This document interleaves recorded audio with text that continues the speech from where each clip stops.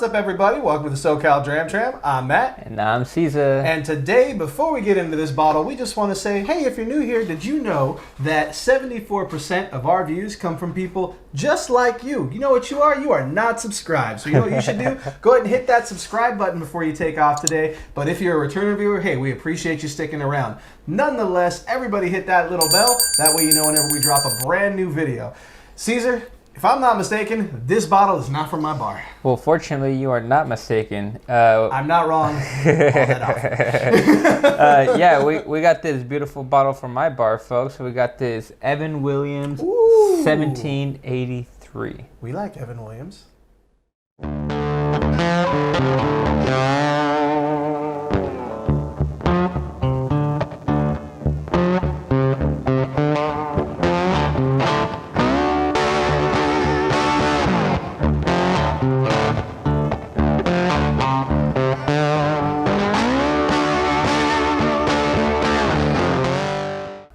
So, guys, Evan Williams.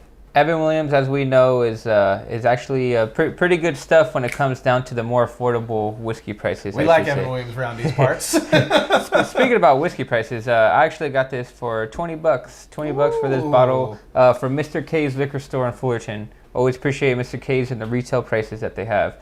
Enough about that, though. Let's get a little bit into this bottle. So, looking into the information about this bottle, I found out that this 1783 was actually named after the year Evan Williams found the first Kentucky distillery. It's whiskey pulled from less than 200 barrels and is extra aged in white oak with a sour mash, which actually doesn't sound good, but from my past experience, it tastes better than what it actually sounds like. So, with that being said, Matt, what are you expecting from this? So my only experience with Evan Williams is Evan Williams Bottled and Bond, which you can check out up here. That was part of our budget month stuff. Way back when. That's that's going back 2019, early 2020, back good stuff, pre-pandemic life. And that bottle was $16 damn. Yeah, so I know we love that. That's currently my favorite Evan Williams bottle. It's really good. And I mean, we put that up in a blind against 10 other whiskeys and it came out on top. Yeah. And I mean, those were not, whiskeys to scoff at by any stretch of the imagination, but that one was that's the standard for me. And quite frankly, like under $20, that's my standard period. Like there's a lot of whiskeys that I've had that have been like 40, 50 plus that I'm like, I'd rather drink Evan Williams Bottled and Bond. Higher proof, and it's just got a little bit more bite, but it's still sweet and caramelly. It's gorgeous. I've also had Evan Williams Black Label, which is, not this one, apparently. Exists. It's not exactly my favorite. But, it's fine. It's fine $9 whiskey. It'll do the job. That said, though, I'm excited about this one because it's been a minute since I had an Evan Williams. And again, the last time I had an Evan Williams was the Bottled and Bond. So I'm excited to try something new because there's a lot of whiskey out there. And, it's fun. It's always fun when you can come across something new. When did you first have this? I first had it when I first got it, which was like... Okay, you just bought it on a whim? Yeah, exactly. I bought it like a month ago, like a month and a half ago, and when I was getting it, I was actually asking if they had the Bottle and Bond because I went with my cousin, and I was like, hey, you need to buy the Bottle and Bond, and he's like, hey, well, we got this new one right here from Evan Williams. I was like, oh, how much is it? He's like, $20. I was like, all right, I'll try it out. It's worth a try for sure, because I know if that Bottled and Bond is good, then I know this should be pretty good too. You're like, but is there a handle of this for $22? Yeah, exactly. So I'm getting an interesting note off of this. I don't know if you get the same thing, but it's almost like not tobacco smoke, tobacco leaf, like pipe tobacco, like when you pack a tobacco pipe, like that fresh aromatic, tobacco, and it's actually really nice. It smells like a cigar lounge. In all honesty, I kind of dig it. Yes, it's pretty soothing. It's pretty soothing, and it almost has like a new car smell to me too. Yeah, there's a little ethanol in there for sure. I think it's 45%? Yeah, 43, 45, but for the viewers out there, 45. It's 43 or 45 or 45 if it's relevant. We only run a damn whiskey channel. Run a whiskey channel. All right. So Yeah, I was gonna say, let's gonna take a sip here. Yeah. Because it is a little shiny, but it's gonna be interesting. I mean, $20 though, can't go too wrong. I mean, I know you're sipping, but any word on any sort of an age? Actually, no. When I was looking up the information, I did not see it. Limited number when specially chosen. Ohio River. Crafting in this. No, it doesn't. But it also said they pull from less than 200 barrels, so I don't know how much of a mix or the age goes with. You said it was a sour mash, though, right? Yeah, sour mash. Makes sense. I got a little bit of a sour aftertaste. Yeah. And again, maybe that's just a suggestive word, but like 100%, there is a sour aftertaste in my throat right now. I get that tobacco note translates to the front palate. And then it transitions into almost like a creamy vanilla honey. Like it's almost like you ever instead of butter put honey on toasted bread? Yeah. Like it's got like a certain bready quality with like that honey note, but then it just finishes in that like rye sour bread note almost. But it's not bad by any. It's $20. Like it's a perfectly acceptable $20 whiskey.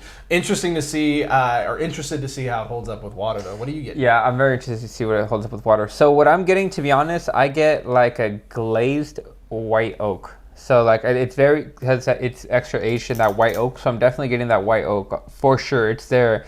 But then I also get a little bit of sweetness, so it makes me feel like it's a glazed donut, but a glazed white oak. That's what I'm getting out of it. And to be honest, just like I said earlier, with it being a sour mash and extra aged in white oak, those are two like things that I wouldn't think actually taste pretty good. But for them being with that mash and aged in that white oak, it's actually better than I expected. Like from when you say it, what it is, it doesn't sound very good. Like it sounds like very peppery and then like very sour, which aren't like very good. I get no pepper on it. Yeah. Like I just put water on it, so things could change, folks. But like I get zero pepper on the neat pour.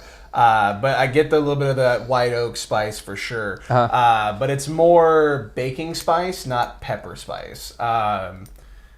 Not much of a finish, but you can chew on it for a little bit. Like it stays with you for a second. I put 3 drops in. I'm letting it kind of marry together. And I'm going to safely assume that you have not had this with water. No, hell no. Yeah, because why would you? Ooh, mellowed the nose out for sure. Even with putting the coin on it, didn't retain much. Yeah, it is mellowed out. I wonder what the flavor's going to be like. Got to get a much larger pull on it. Yeah. I'm not going to lie, I'm a little worried. The water kind of killed the nose, so we'll see. It's not bad. So it's a little bit of pepper. I think it gets sweeter. Although you get some pepper, I think it gets sweeter as well. It tones down the sour note. It's still very much present, but now there's just an overall... It's not creamy. This is going to sound really dumb. It's just watered down. It now just tastes like it's watered down whiskey. And it's shocking that it didn't take much, right? I'm going to take another sip at it and see what I dig about it. Because, I mean, there's something happening here, but I just don't know if it's for positive, negative, or indifference. I'm leaning towards indifference.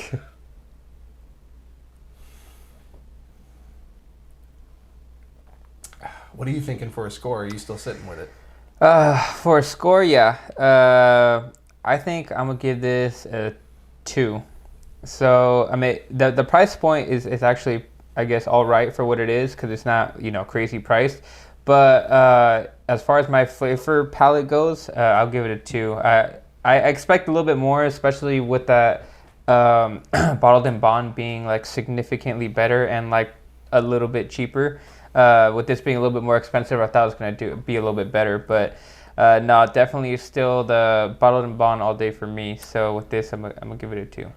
Yeah, bottled in bond is the king from Evan Williams as far as I'm concerned. No one's going to take its crown right now from the Evan Williams lineup for sure. I'm not digging the sour note on this one for a lot of different reasons. Maybe that's where I'm at in the day today. Maybe it's because of what I've eaten today. Who knows, right? There's a million of different things that can influence your opinion on a pour. But I mean, I just, off camera, I had a pour of Elijah Craig, and it's been sitting in that bottle for close to 2 years. It's a handle, it's oxidized. That seemed to have had more character than this guy for me. Yeah. So for me, I like the tobacco note. Honestly, that's doing a lot of the heavy lifting for me with this pour. And I'm curious to see how this drinks when we get halfway or a little bit further down to see if it improves at all. So I am going to go, $20 is the right price, but there's a lot of other whiskey in that price point. I mean, I'm thinking, obviously, Evan Williams Bourbon. I'm thinking Larceny. You can check that one out up here. It has a little bit more character. I'm thinking Johnny Walker Black. I can get a Scotch that's a 12-year-old Scotch for around $24. I'm gonna go with a 1.5, 1.5 from me.